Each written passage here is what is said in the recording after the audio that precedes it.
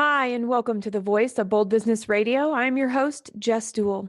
I am extremely excited about today's conversation because Eva's here and also because we get in our own way.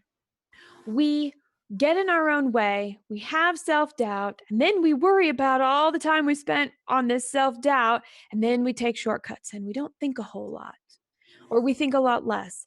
And when we don't think, we end up making more work for ourselves. And I want to take a minute because this thing called thinking, rethink our thinking, that is what I do with people every single day. When we are working together, when we are exploring what's not working, when we explore what we think is working, but we're not getting the results that we want. All of those things are things that we regularly talk about on the Voice of Bold Business Radio. And here we are, hashtag VBB Radio. You can watch us live on YouTube right now. We are live streaming in addition to distributing this out through our internet distribution later this afternoon. Another thing is that you can catch us on iTunes and Stitcher and iHeartRadio anytime you want. Just go subscribe so that you can get the latest programs as they come out every Tuesday and Friday. So what does this all have to do with thinking, right? Well, Eva has a lot to share. I have a lot to share. And I want you to know that we are a product of our own assumptions. And recognizing that we have assumptions can be really difficult when everything is ingrained. Our normal is so ingrained in us, we might not realize that there is this underlying thing where we're getting in our own way. So, Eva, how are you doing today? I feel great. And I'm happy to be on the Voice of Bold Business Radio again. I have a feeling that I'm becoming a regular guest, which I like, You but, are. and I love BBB Radio, so I feel great. And I'm quite, happy that we're going to have another session talking a very important business topic, about assumptions and shortcuts and uh, information overload and what it all does to what we do with our business and relationships, with people that we have. Right. And well, then let's just jump in and get started. One of the things that you heard me talk about in the open, but also before we even came on air, is that we are a product of our own assumptions. And it's interesting to consider that and to spend a few moments just going, here's this thing that maybe I should be thoughtful about and wonder, can I change? Am I the best I can already be? And what does it look like when when I, right? So when we're talking in this case, when I give away my power, give away my ability to have the impact that is necessary in a specific situation. And when I say I, every woman listening to this program, put yourself in that position when you think about it. I as a woman, I as the female gender, I as not male. Yeah, I as a leader, I as a business owner, I as a confident professional, when it comes to, we are going to talk about general assumptions and shortcuts today, but from time to time, I really think that women tend to scrutinize themselves, holding them back themselves, it's something that we learned as a gender. uh, I used to be, oh my god, I'm old, 25 years ago, um, insecure, saying sorry all the time, using the word just to do this and just to catch up with you and just to check this out, even when someone owes me an information. So 25 years ago, I was that version. I incorporated in my business attitude and behavior that, well, passive, and not really a leadership way of communication. So, but nowadays I still see women who are doing exactly that, and because they are, they're in self-doubt. And when it comes to business, we all have self-doubts, men, women, you know we're Everybody. we're pretty much the same. We maybe share that and express that in a different way, and I think that may be the reason.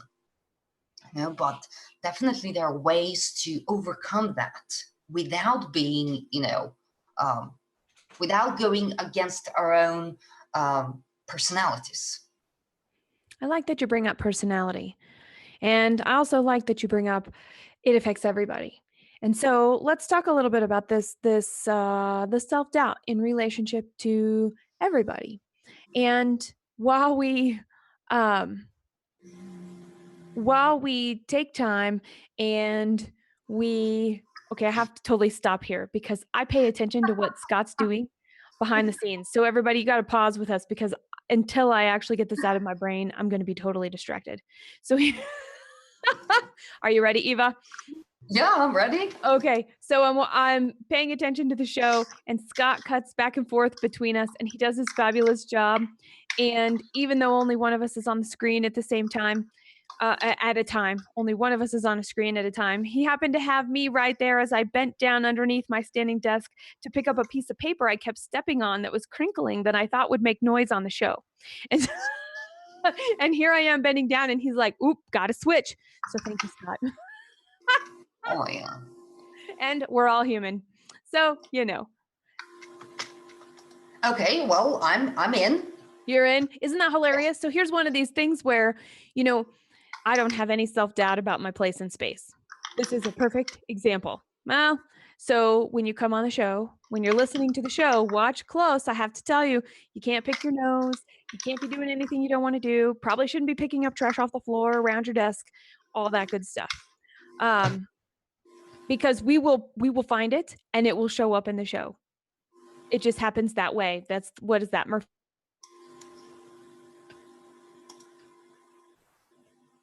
We're all going to doubt ourselves on things that make sense for us to doubt ourselves on. We haven't had enough experience. We aren't sure how it went. We left a conversation feeling a little weird.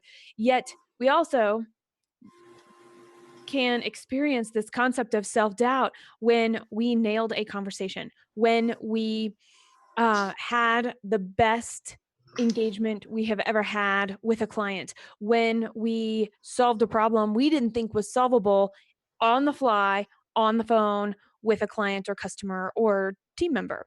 And so when we look back and we doubt ourselves there, it makes me think about what causes that doubt. Does it come from a lack of our own experience?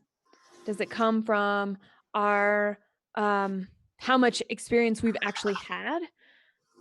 Or does it really just come with everything that comes between, that's hanging out in here, the voice that's between our ears? Well, well, I guess it's different for everyone, but I have to tell you one thing.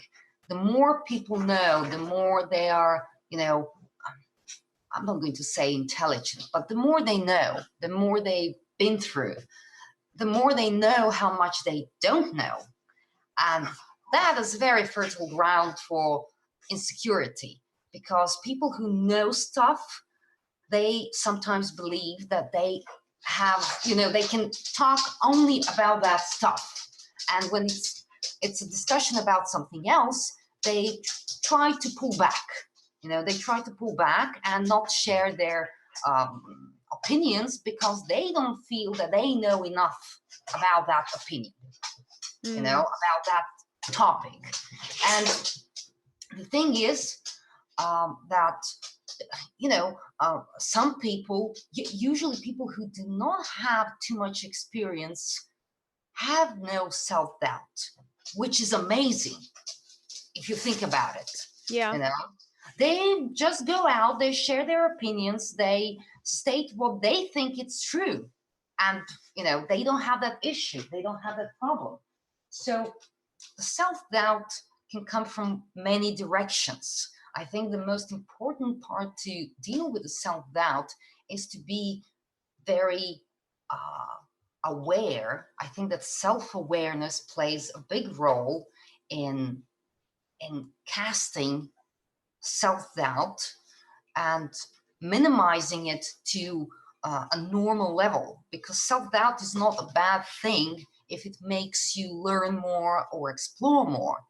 It's just a bad thing when it casts a big shadow on everything else. Where I think we get caught in our own assumptions, and then also on the flip side of that, our own self-doubt, is when we are not present in our own body. Have you ever thought about that before? When you're on the phone with somebody or you're in a video call and you know that person has checked out and they're not really paying attention to you. I mean, Eva, your camera's not working today, and I still know when you switch gears, and even though I can't hear you tweeting out there, I know you are. And there's a because there's an energy shift. And recognizing and honoring that there's an energy shift there can change what we want in that moment in the interaction. And Well, so if we're trying to talk to somebody about performance or about a project and they're tuned out and they're thinking about something else, it can be very frustrating. It can be very well, it plants a seed of worry. Well, why didn't they listen to me? Well, why this? Why that? Why this? Why that? And those why questions, I think they're really good to contemplate big, big things. Why do humans exist? Why is there love in the world and hate? Why do some people, no matter how good, because they, even though they're so great, experience such great tragedy? Okay, those are some interesting why questions. But sitting at a table across a conference room from another person, being in somebody's office, why aren't they listening to me? Why did it go that way? Why this or why that? well, Those are the wrong sometimes, why questions. yeah, yeah, I think so. I have to agree with you, because sometimes we really make an assumption that someone is not listening to us because they don't respect us, Of or us. that, Yeah. yeah, that they don't have a respect for us as a person, or us, our knowledge or expertise. And actually, sometimes they don't listen because it's really about them. They're tired. Maybe it's not a good time to have that kind of conversation, or because make we both make assumptions, and because Yes. we're different, those assumptions are different. So uh, sometimes it's about language. Sometimes we just think that we speak the same language, and that Here what again. means one thing to me, it doesn't mean the same thing for you. So sometimes, it's the insecurity, doubt comes from not having the basics settled down, and not saying, look, by car, for example, let me give you this really plastic example. When I say good car, I mean Aston Martin. But when you say, for example, good car, what do you think about? Oh, see, yes, I would put a different thing. When I think about a good car, I think about something that can get me from point A to point B, regardless Exactly. of age or condition. Exactly. So, for me, good car is something completely different from your good car. And people are not very precise when they have conversations. So that kind of miscommunication, the assumption that we speak of the same thing, actually leave us, after that conversation, you know, sorry, I will just go back to this and say, instead of thinking about conversations in advance, we think about conversations after they happened. And that's not a good way to do.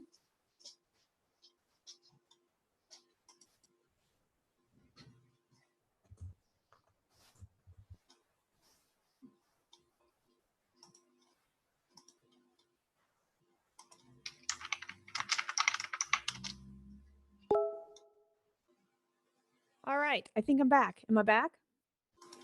Yeah, I can. Yeah, I didn't know if it was me or if it was you. So Yeah, it was me. I recognized it a little bit more. It's very interesting. For whatever reason, my internet connection is very unstable and it just started. So if I pop out again, we'll just go with the flow and we'll pick back up. And by the way, for all of those of you listening, there was a point in time I would freak out if I lost an internet connection. Just you could ask my husband, because Scott and I did a show called the Jess plus Scott Show, and we did it in the evening. And for whatever reason, there was always something besides the fact that my internet connection, um, regardless of what plan we were on, has always been a little wonky in the places we live. We have great everything else except for internet connection. I used to stomp out and I would throw a tantrum about not being able to be connected to the internet. And then I would come back and finally the internet would come back up, not because of my tantrum, not because of anything my husband could do, but because the internet just came back up. And I had to reconnect and rework on focusing back into my body. So, Eva, I heard you talking about, before I popped out, I heard you talking about this concept of what we say versus what we actually mean, and yes, how you we, spoke right, and about then that. Yeah, you spoke about that on one of the previous shows. And sorry yeah. to interrupt. I'll just repeat the last sentence because maybe it would be interesting for you to go on with this topic. I said that it's really fascinating how we do not contemplate and think about conversations before they happen. We always do that as an aftermath, which is a Right. bad way to have any conversation. If we can, why not thinking about conversations before they happen? And I Mhm. think that self-doubt, will just go away. And then we will not be forced to take shortcuts, I'm you gonna know. put a pin in that because I want to come back to this, me popping out, right? I was actually gone. And then if I hadn't thought to myself and had the experiences that I had from the Just Plus Scott show, I would come back in and I would be all ruffled up. You'd probably see steam coming out of my ears. And you might think it's you. You might think it's you, and I'm just mad at my internet, right? Or I'm mad at something else, but it comes with me. And so anything I say is going to be tinged with the attitude that I bring. And so what you're talking about is, and we did this for, we're actually in the process of doing this now for the Voice of Bold Business. What do we do when? And when Jessica loses an internet connection was not one of those things. So we're going to have to add that to the list. But what do we do? What do we do when? What do we do when? Because it leads right into what you're talking about, of we can be angry and frustrated and have to deal with these problems as they come up. Yet what could we also do? We also could know ahead of time there may be a problem, there may be a hiccup, and what do those look like? So when they happen, we have some sort of a plan to move through them because we know we're on the same page. And in this case, it's the three of us because we work together on the Voice of Bold Business. Yet at the same point in time, it could be the three of us to carry through another guest instead of Eva, you becoming the regular that you are, right? Well, that's the thing, the planning. I think that, if you can, I mean, let's face it, no one can plan everything. you Truth. know Things happen, things are beyond our control, and our response to things beyond our control is very important for anything in the future. How things will evolve, Yes. how will they develop further. So preparation, I think, when we talk about confidence, when we talk about unpredictable things, I think that preparation, and I have to say, some form of, I don't know, a mental exercise or just a rehearsal is also a good way to cast the doubt on the side and self-doubt. I did that. That was the actual thing, like 20, 25 years ago. And I'm Mhm. not going to mention that number again. It's like I really sound ancient, even though it doesn't matter actually. But yeah, it was, different time. But I remember myself practicing Yes. the actual presentation to my boss at the time because I was young and I wasn't experienced marketeer or in a business for a long time. So I practiced. I knew who I was supposed to talk to. I knew the bad and good sides of that person, and I practiced. And I said, okay, you're bad, like flaws. You know that you want to back out. When he starts to, yeah, it was a he. Let's say it out Yeah. loud. So I said, okay, I won't be pushed back, but what can I do? So I was preparing myself. Isn't that interesting? And this concept of thinking ahead and this planning and thinking to think allows us to choose shortcuts when they make sense and also informs us. Actually, I guess in both cases it's informs us of when a shortcut is actually a useful shortcut and when we don't have enough information to take a shortcut and we might end up working harder, longer, having issues to fix, perceptions to overcome, buy-in to regain, who knows. Well, take a keyboard. We have Yeah. shortcuts on our keyboards, and we use them. Yeah, because they are real shortcuts. I'm not diminishing the quality of my work. Actually, I'm improving it because I'm faster, more Mhm. productive, or more efficient. You know, but not every shortcut is that simple. And sometimes, having a shortcut is going the longer way. You know, and usually I think that we choose wrong shortcuts against our better judgment. We know that they're bad. We know that they will actually cost us time or energy or nerves or anything. And yet we proceed because we have this wishful thinking, that, oh, maybe that shortcut will work for me in this moment, and it never does. So uh, and it often happens that we are just pressed with decisions that we have to take, clients that are forcing us. um, I don't know, something unexpected happens and we have this urge to solve something right away because someone is actually, or something, we feel pressure, you know. And at that moment, that's where self-confidence has to kick in. When you say, no, I'm not going to take a shortcut. You say no to yourself, you say no to your client, you say no to anything or anyone out there. Why? Because you know and you can explain why the shortcut won't work. You are listening to the voice of Bold Business Radio, and this is program 98, where we are talking about let go of the baloney. And we're talking about the baloney. We're talking about these things that we could do to save time without thinking about them. The things that we say between our ears that allow self doubt to creep in and take up all of our brain power. And even more so, just the concept of what we're doing that may be conditioned. We need to be able to recognize, to take a step back and have this extra perspective. And whether we're talking about gender, whether we're talking about rank in an organization, whether we're talking about the path and the skills that we want to move toward, it starts with us. And we have to let go of our own baloney. And it's in this. Oh, by the way, Eva, I forgot to mention this at the beginning. Today, October 24th, is National Baloney Day, which is Oh, where the inspiration of this program came from. The title, anyway.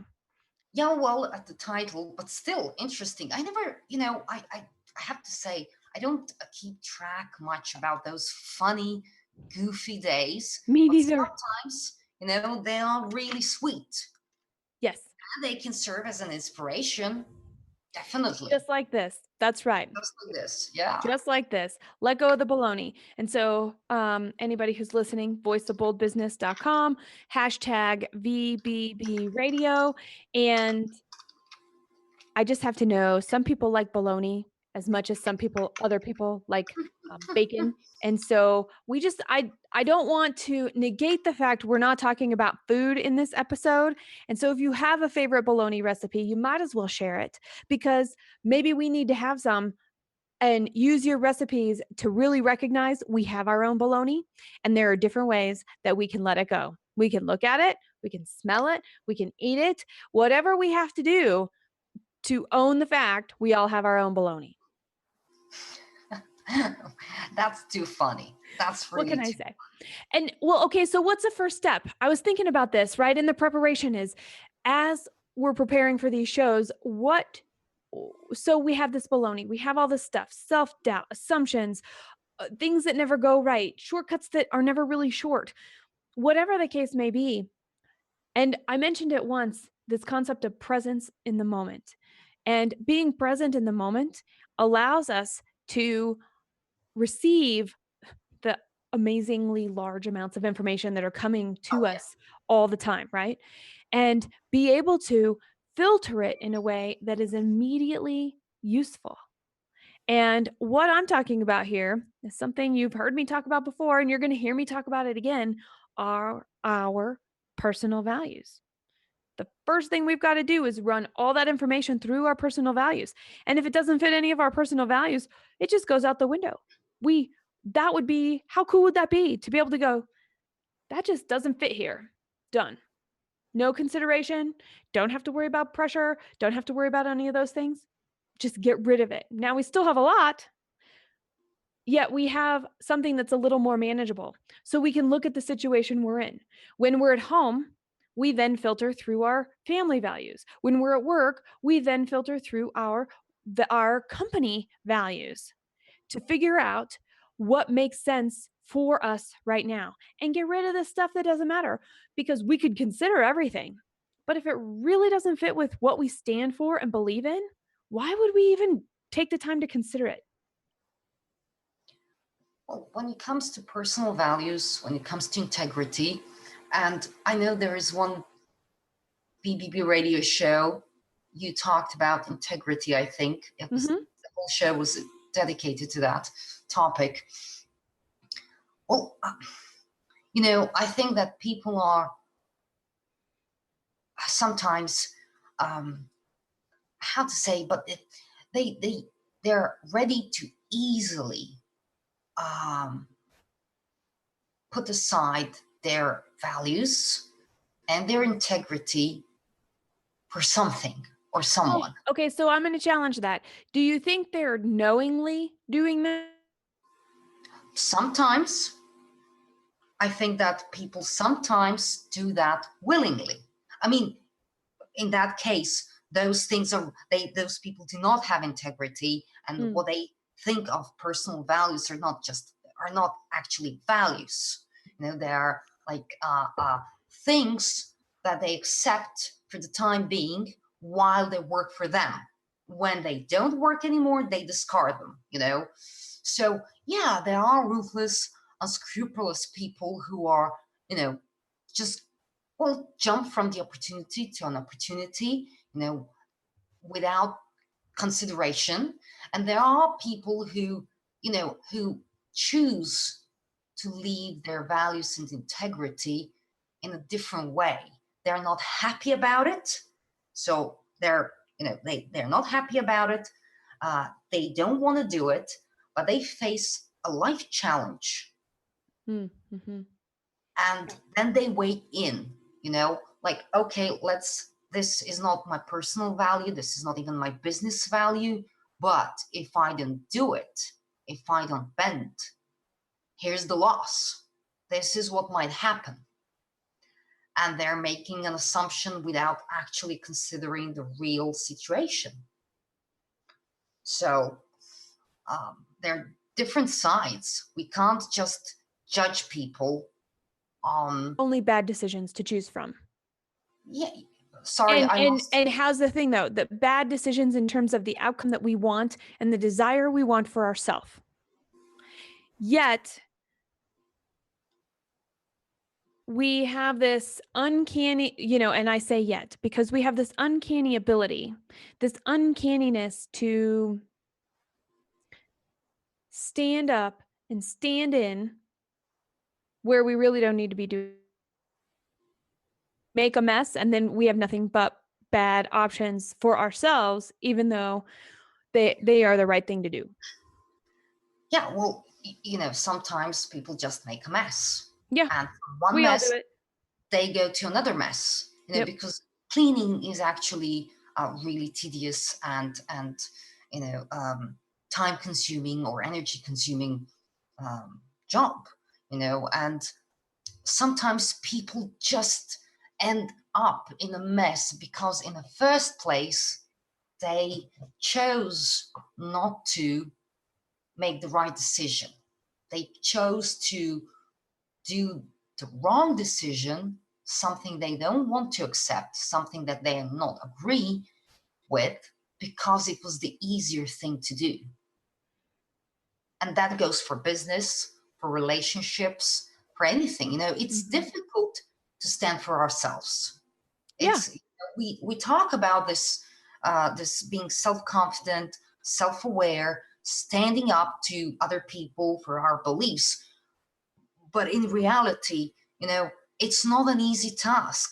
For many people, it's not an easy task. And I'm talking about personal life or business environment, so it's not something that you can just cut and say, okay, I'll do it. And I don't care about, what happens next. Isn't that interesting? We've moved into the second thing that I was thinking of. So, which is when we're talking about, so how do we let go of our own baloney? And it's to everything what you're talking about right here is all about it. We're shaped by what we do, and we're shaped by how we think about the outcomes of those.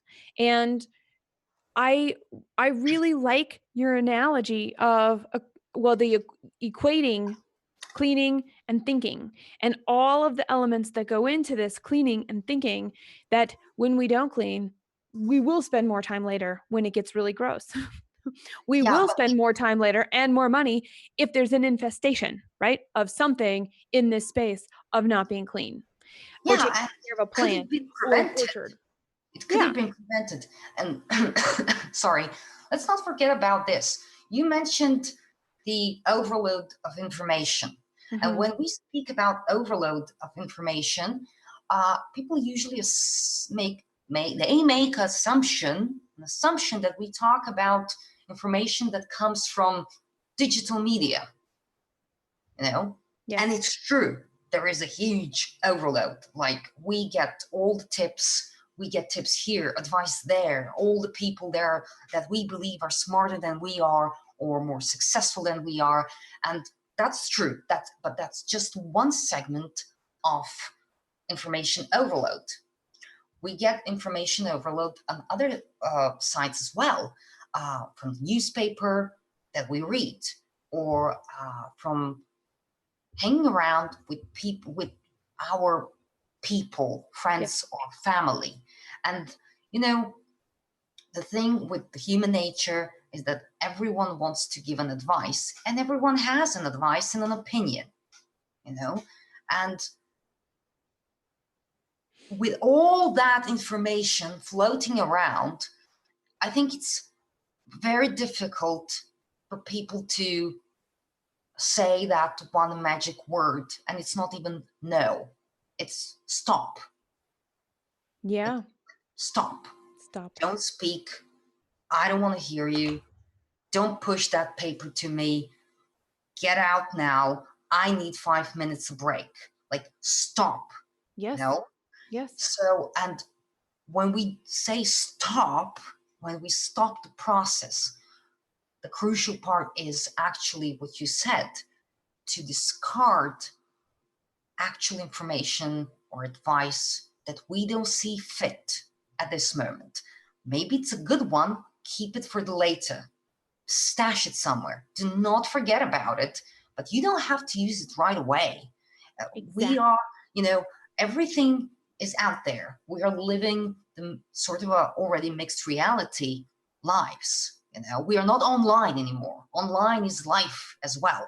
I don't even use that terminology anymore. Online, offline. Sometimes when I really want to make separate things for separate projects, but people forget that they can say no, they can say stop, and that they have a right to take 5 minutes break to sort out everything that considers their decision to move forward.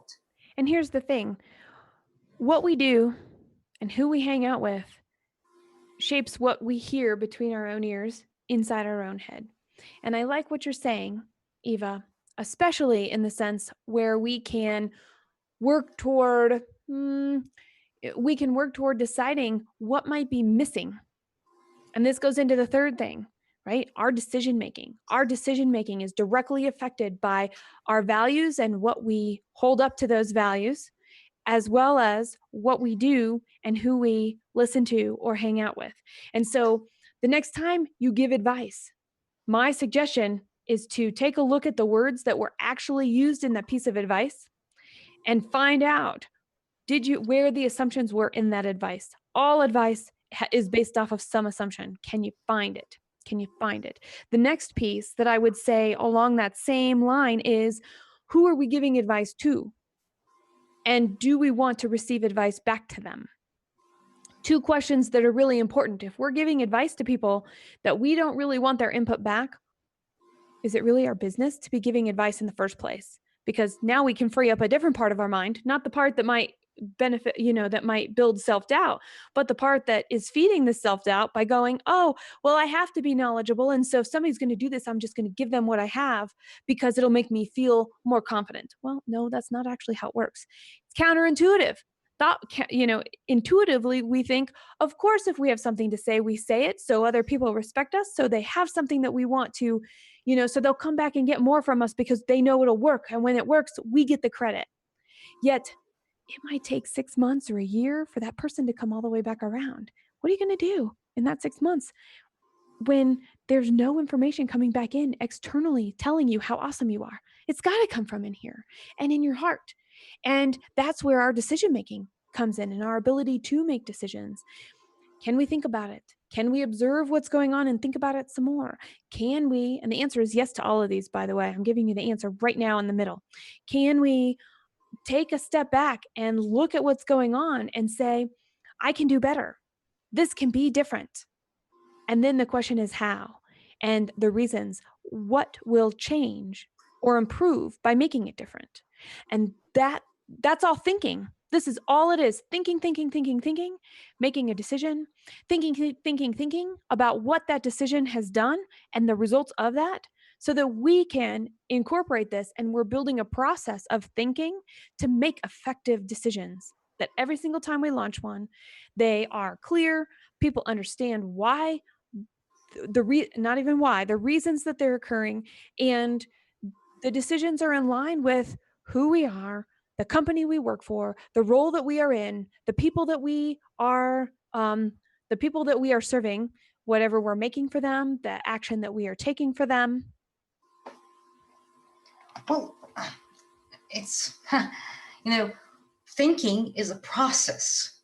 And nowadays, I don't think that's just nowadays. I think that in general, people want to respond as fast as possible, because being fast is being, assertive. Being fast is being, efficient. smart. And that's the thing. Exactly. And it's a misnomer. We think we must be fast. I have to say there is one, Assumption. I think Wyatt Earp said, and this is not the exact sentence, but the context is, Okay. it's important to be fast, but it's more important to be accurate. Yes. That sounds like something Wyatt Earp would say with his. Yeah. And there is another quote, and I don't know the author, but I know that it appeared in Jurassic Park. And the quote is actually, just because you can doesn't mean you should. Right. So there is this fine line between making the right move at the right time and pushing yourself back with self-doubt. Mm-hmm. Another not easy thing to do. But we need to know who we are. We need to know our values. We need to know who we are, what we stand for, exactly what you said, so that we can create that balance. I'm not going to run around the streets of my city giving an advice to every possible person I see on the street. Just giving an advice because I have something to share. It's just ridiculous. Besides, if I want to do that, if I want to share an advice, a universal advice, I'm going to post it online, on social media, so to speak. I'm going to type it, and it might go out, might not go out. So On the voice of old business radio. Sorry, you have to say something. Here, you got some advice going on right here, girl. Okay, so we have to make decision making is not just the decision making in terms of business and how am I going to, I don't know, flip the budget so I can do 1, 2, and 3. Decision making is also about how can you approach a problem, a person, a situation, specific or non-specific situation. How will you, everything that we do is actually some form of a decision. We decide to act, and even when we don't act, that's also a decision. I might have to challenge you on this. Let's dig in. And the reason I'm going to say that is because I agree. In principle, I agree. Every decision is a choice. However, I would say we decide to do something and we decide to hit the snooze button. Really, we made a choice not to get out of bed. And that choice is I would say different, at least from a business decision standpoint, and maybe even a life, being really bold and stepping up in life. It's about the choices that we make. And over time, all of those choices will illuminate a decision, a way of being that we have chosen, that we have decided to be based off of a whole bunch of little choices. So you think what you're saying, we have choice before decision, right? Yes. Yeah, Yes. it is. Now, that's one kind of decision. There's another kind of decision where I'm thinking about a business decision where there's a team and they're working on something and they put all this information together and they come and they give this plan to their boss, to an executive team, and they say, okay, here it is. And they're ready to go. They feel excited. And there happens to be something in this plan that cannot go the way that this team has said. So this boss, this executive team says, this part isn't going to work for whatever reason. And they may not get a reason. This part will not work. What would it look like when you take it out? And this team must go back to the drawing board. So that boss or that executive team, what did they have to do? They're protecting something. They are solidifying something. They are creating momentum in a specific direction for business success. And they may not always be able to illuminate and share all of that information. Yet they made a decision. Nope, go back to the drawing board. Nope, go back to the drawing board. What does it look like in this case? What would it look like if we did this instead? And let those people go back and think and work through that again. Now, the people on the team are going to be really frustrated that they weren't listened to. Maybe. It depends on the team and the dynamics. But there's also this, well, what did we do wrong and what did we miss? And why would that be a bad thing? Goes back to the wrong why questions. And so being able to go, okay, so now we have new parameters. Let's not really think about the reasons why. What changes? Let's be curious about this and say, okay, here's a challenge. So a decision was made someplace else that a team is working with the restraints around. And I think that that's something that we also have to understand too, because now we have a couple of things going on. We have a team that goes, can I be curious as a team? And can we as the team come up with a new way to do this. And then the boss and the executive, they're saying, hopefully they're saying, we know exactly why that needed to come out, and we're going to see what they come up with next. Somebody who has self-doubt in their mind, or an executive team that's not all on the same page, they're going to have self-doubt. Well, maybe we should have considered what they said because it was so good and it was so complete. Maybe we should do this. And it goes back, all those shoulds, they come back in. And the thing is, the decision was already made. A company has a mission and a vision, and it has values from which to work from. And more importantly than that, they know what the competitive marketplace looks like, and they know what they think they need to get there. So they've been thinking and they've decided, and now they're putting that decision filter on everything. And so when they stand strong, part of making a decision means we have to give it time. Right? If I hit snooze once, I make the choice again to have snooze. The overall decision of hitting snooze 5 or 6 times means I'm going to be late to work, right? Or I'm going to miss my son's game, or we're going to be late to some event, whatever the case may be. When we're just hitting the snooze button, the decision was, it was not important enough for us to get out of bed, out of the house, into the car, whatever the case may be. And so that's where I think if we're looking back, is somebody's making a decision, what's important, and are we on track? And the choices that we make to get there are going to reinforce that decision or not. And when they don't reinforce the decision, that's where we get self-doubt creeping in. That's where we get lack of performance. That's where we get frustration and miscommunication. Well, there is a self-doubt behind snooze button as well. Oh yeah. And the situation that you explained with the management and the team, well,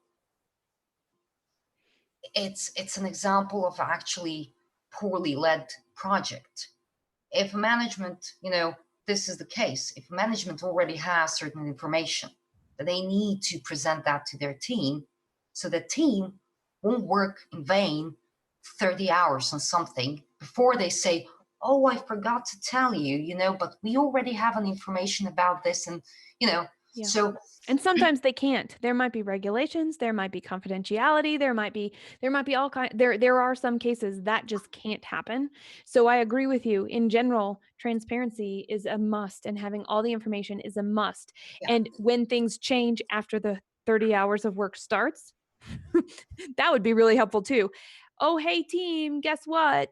Something changed. This may impact what you're thinking. Let me give it to you, right? All of that flow of communication is, I agree, incredibly important. And there is a lot of the time, and I hear what you're saying, where there could be more transparency and more communication to help people out yeah, to than help any people reason not to. actually provide a result, because that's a loss for everyone, for the Yes. team, for people on the team, for the management, for the company, business, for customers not getting product in time or a service in time, So I know Mhm. that for many times, I was always, labeled as someone who asks too many questions.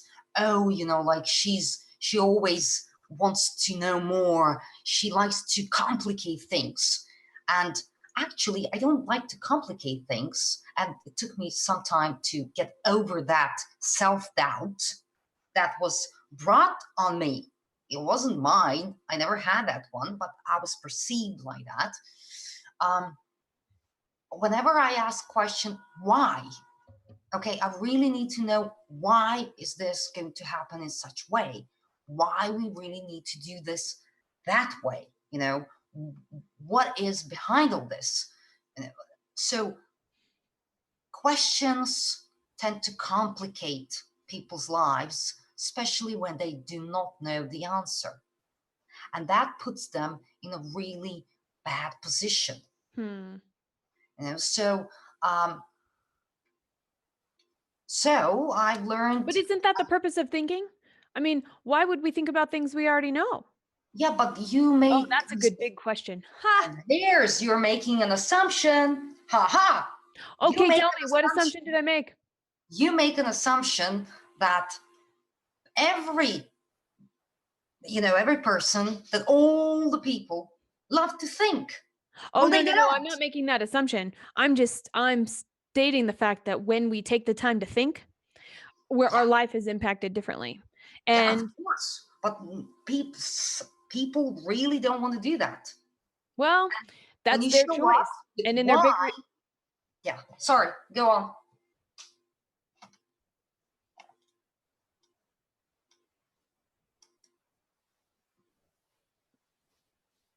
did we have disconnected? Oh no, Yeah. you're back. Okay, good. You're back. Okay. Uh-huh.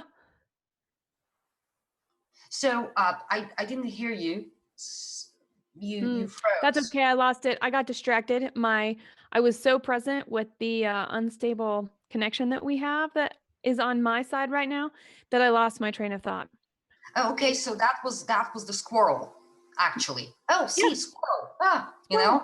So yeah, it happens to all of us, Yes, especially it with does. technical things, and that's like that crazy situation when you're in a party and you yell so that you can, you talk loudly so that people next to you can hear you, and you're in a really not very nice place in the conversation, and then the music stops and everyone hears what you're going to say and what you're saying, and that's like Yep. embarrassing, so that happens with technology.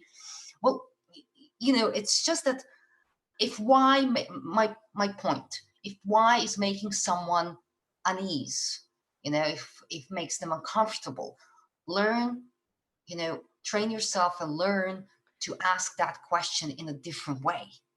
Exactly. You will And get we do better results. well, and think about the most why, the most why questions, and I've caught myself doing this. I know I have been I'm going to say the victim. I'm the victim of why questions sometimes. Why did you do that? Why did you think that was okay to do? Why? About a behavior in my person. And I know I'm not alone here. And this is actually something that we really need to consider about the right kind of why questions and the wrong kind of why questions. Because why did you do that? What were you thinking? Oh, that could be another one. When said like that, all of those things create an immediate, holy crap, I messed up. Or, man, do I even have a reason? Or, well, maybe my reason doesn't make sense anymore. And we can't even be in our own space and stand up for ourselves when all of a sudden we've been pounded by these why questions. And this is a conditioning that I know I have. And I've seen myself do it to others and less frequently now because I've put a proactive a light on it. This is one of those places I'm like, why? Why? And really, I don't need to know why because the why now doesn't matter if I thought it was smart to carry a pen that was broken and dripping across a rug, right? It doesn't really matter. Why did I do that? Because I was trying to go to the trash can. That's all I was trying to do. But that turned going to the trash can instead of letting it bleed all over the rug into a great big ink puddle. I have a few drips on the way to a trash can. Apparently, it's just as bad, and it was the wrong thing to do. Well, we don't want people to feel like they have to go into a defense mode for the Yes, decisions and the actions that they take. because why sometimes that's the simple explanation of why should we ask questions, but why sounds like accusation on many occasions. Well, and think about it. Here's a bad situation and a bad choice and a bad choice to choose from.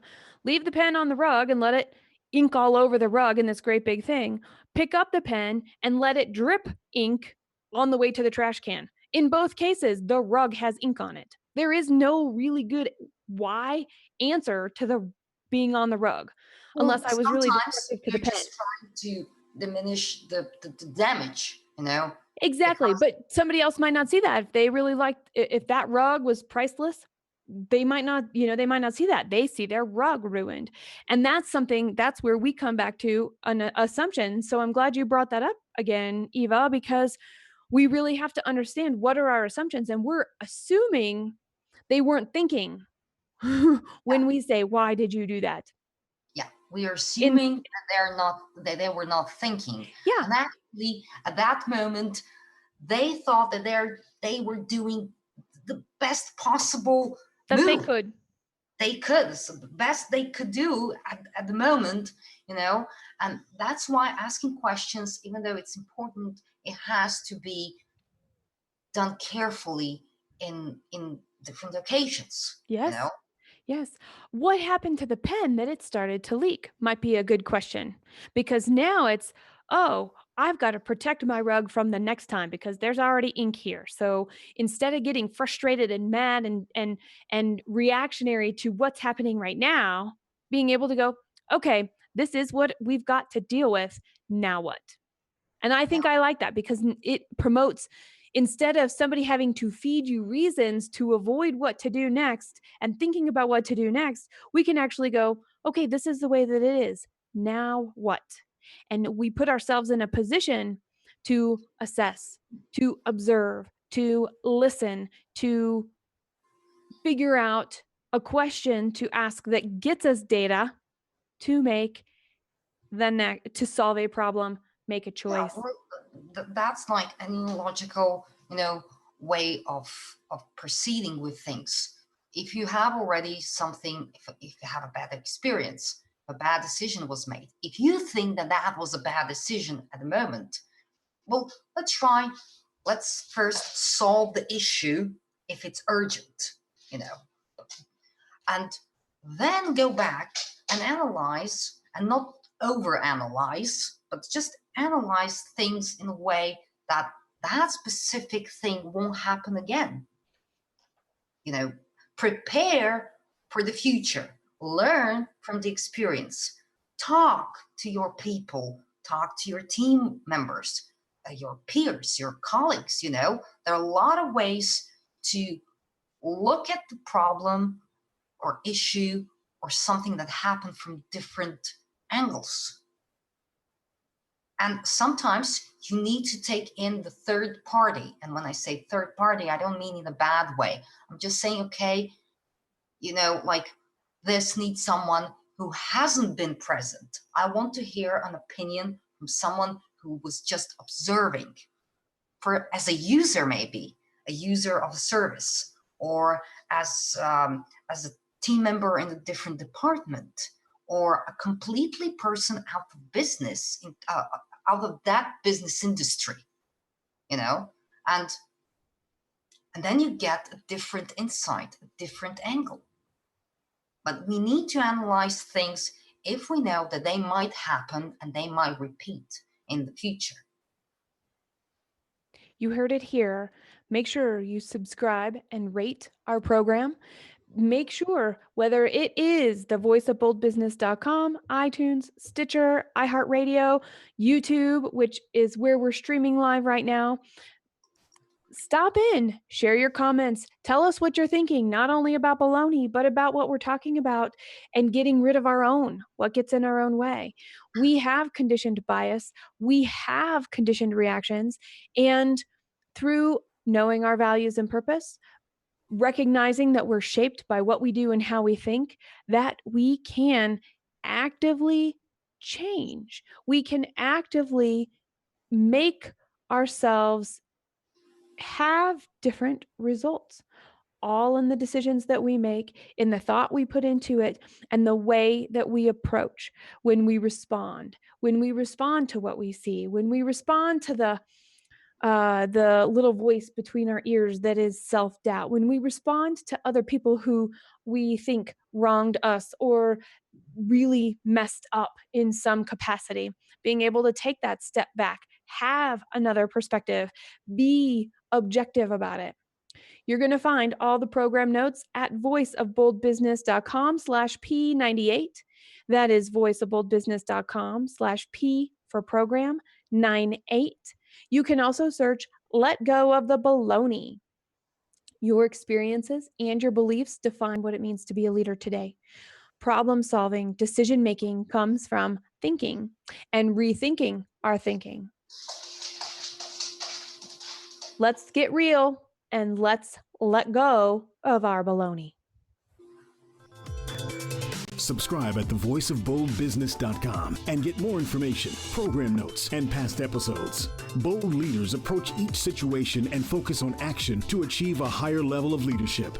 Jessica Dewell, your business advocate, is the host of the Voice of Bold Business Radio. Thank you for joining us.